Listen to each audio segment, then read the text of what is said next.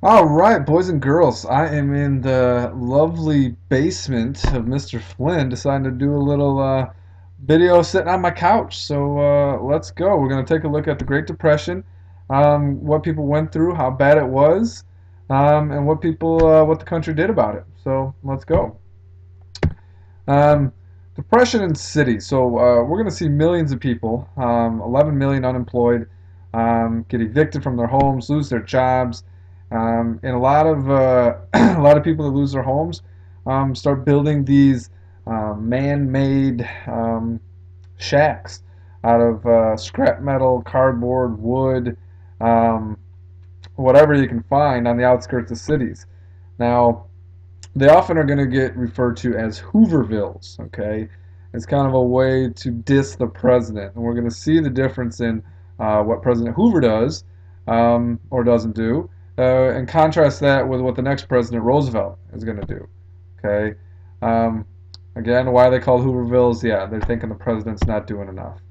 Um, we're going to see a lot of soup kitchens opening up, free, low-cost food, um, and bread lines, around the block, literally show you pictures of people lined up from public charities, agencies, churches, um, and in cities, blacks that came up with the Great Migration in the 20s during World War One, they're going to be the first ones to be fired. Latinos we looked at with Mexican Americans, they're going to have higher unemployment, lower pay compared to the rest of the nation, and the rest of the nation ain't doing very well either. Okay, so you can see here's a shanty town outside of Seattle, Washington. You can see the big city skyscrapers in the back here, and then these man-made shacks, like on a homeless village almost. Modern day um, shanty towns. I just Googled some of these. You have them in kind of third world countries, Peru and outside of in Brazil and South Africa. Um, just a way, I guess, that homeless people just kind of gather and then build on the land that they can. Okay. Now, um, Hoover's philosophy, he looks at it as, what, the economy goes up, the economy goes down, but you know what? It's just part of the cycle. Okay. Um, People need to take care of their own families. You shouldn't depend on the government. Um, and we've gotten out of the little depressions, recessions, and panics before, and this is going to be no different. Um, and he's strong in this idea of rugged individualism. Okay, that the American people are rugged, rough, tough enough that they can help themselves. Okay, they don't need the government to come in and bail them out. All right, and we're going to see the difference in this, and we're going to look at kind of what you guys think later on. Okay, so Hoover again thinks everything is okay, just let it ride out. Okay. Um, Now, Hoover, what he is going to do, he's going to do, um, he does something called the RFC, which is going to give money to banks, um, companies, insurance companies, corporations, and hope that if they give the money at the top, it'll trickle its way down to the bottom. Now, this is something we're going to look at time and time again. It's called trickle down economics. If you give the money at the top, okay, then the tax breaks and the loans that are cheaper it's going to work its way down to everyone else. All right, private companies, um, charities, churches, they should really raise money for the poor at the local level. From the federal level, no. Okay, so you have state versus federal. All right, and he's big on this trickle down idea. You can see the soup kitchens in New York, free cup of donut or free cup of coffee and donuts for the unemployed, and maybe a bowl of some broth soup. And this is what millions of people are going to do, and it's their only meal of the day. Okay, because there's no federal system of handouts.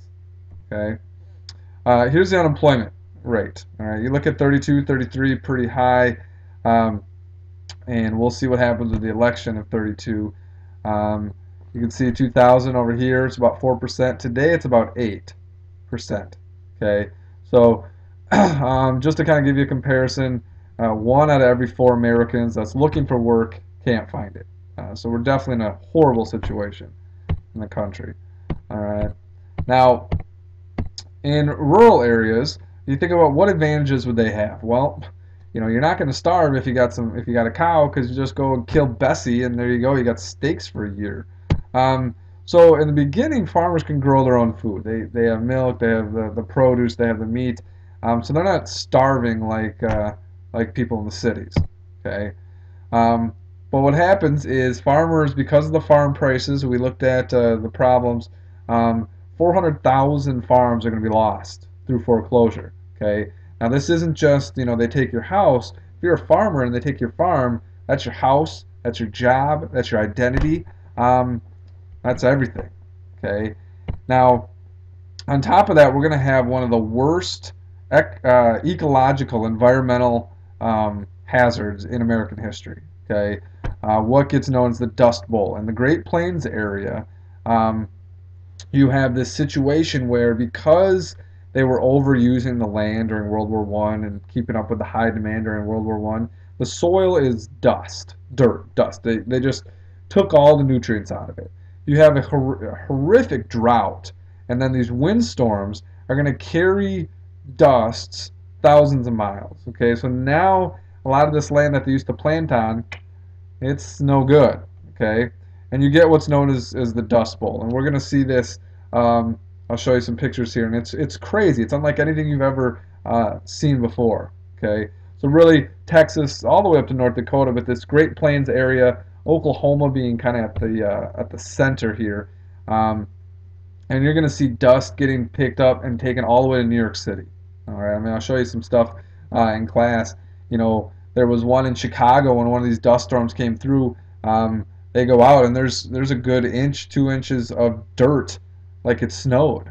Okay, so this is unlike anything yet, and this is crazy. All right, you see the dust coming down. I mean, they're big, nasty, crazy clouds of dirt, sometimes miles high.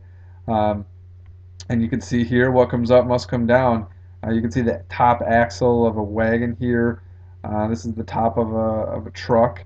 Okay, it's pretty crazy stuff.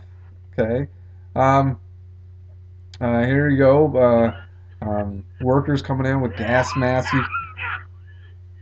You can see the storm approaching in the back here. I mean, this is crazy. So now the farmers are going to have the issues, and what we're going to see is the largest migration in human history. Okay, they can't plant on their land because of the environmental problems. A lot of their homes get foreclosed, and 2.5 million people are going to move out of the Plain States. All right, and a lot of these are going to move to California. And we're going to see this movement of people from farming to rural to urban continue. Um, but the problem is that all these people going to the cities, there's no jobs. There's no jobs for these people. Um, and many people in the cities, there's no jobs for them, and then more people are coming in. It just is making it worse and worse and worse and worse. Um, you start to see people living in desperation, start riding the rails, hobos, going on boxcar trains from town to town. I talked to my aunt one time. She grew up in Beloit. She remembers hobos. The train coming in Beloit, and people, they jump off the train. They go. They're looking for work. If they can find work, good. If they can find a bite to eat or a roof to stay under, and then they jump on the train and go to the next town. Okay.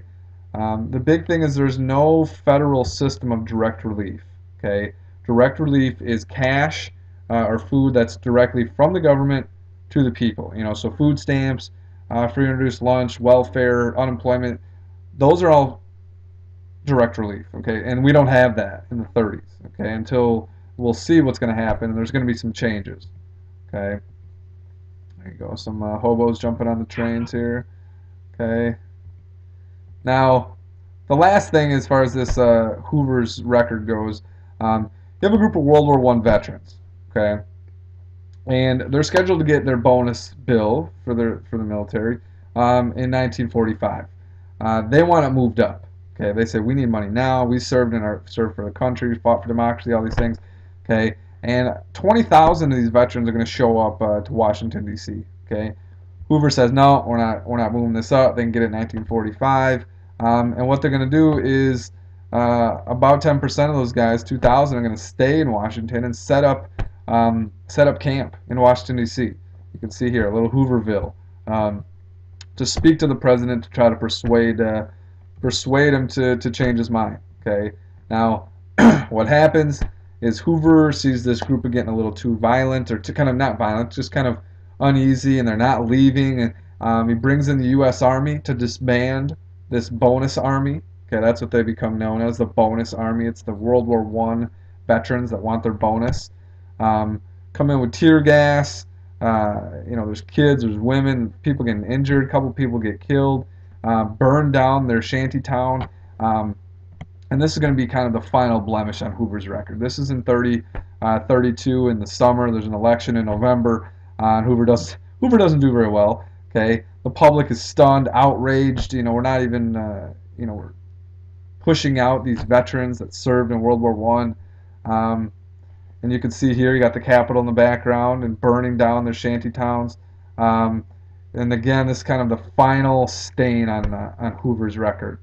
Okay, and we'll talk more about this and watch some stuff in class. So um, that's all we got for today, and I'll see you guys in class.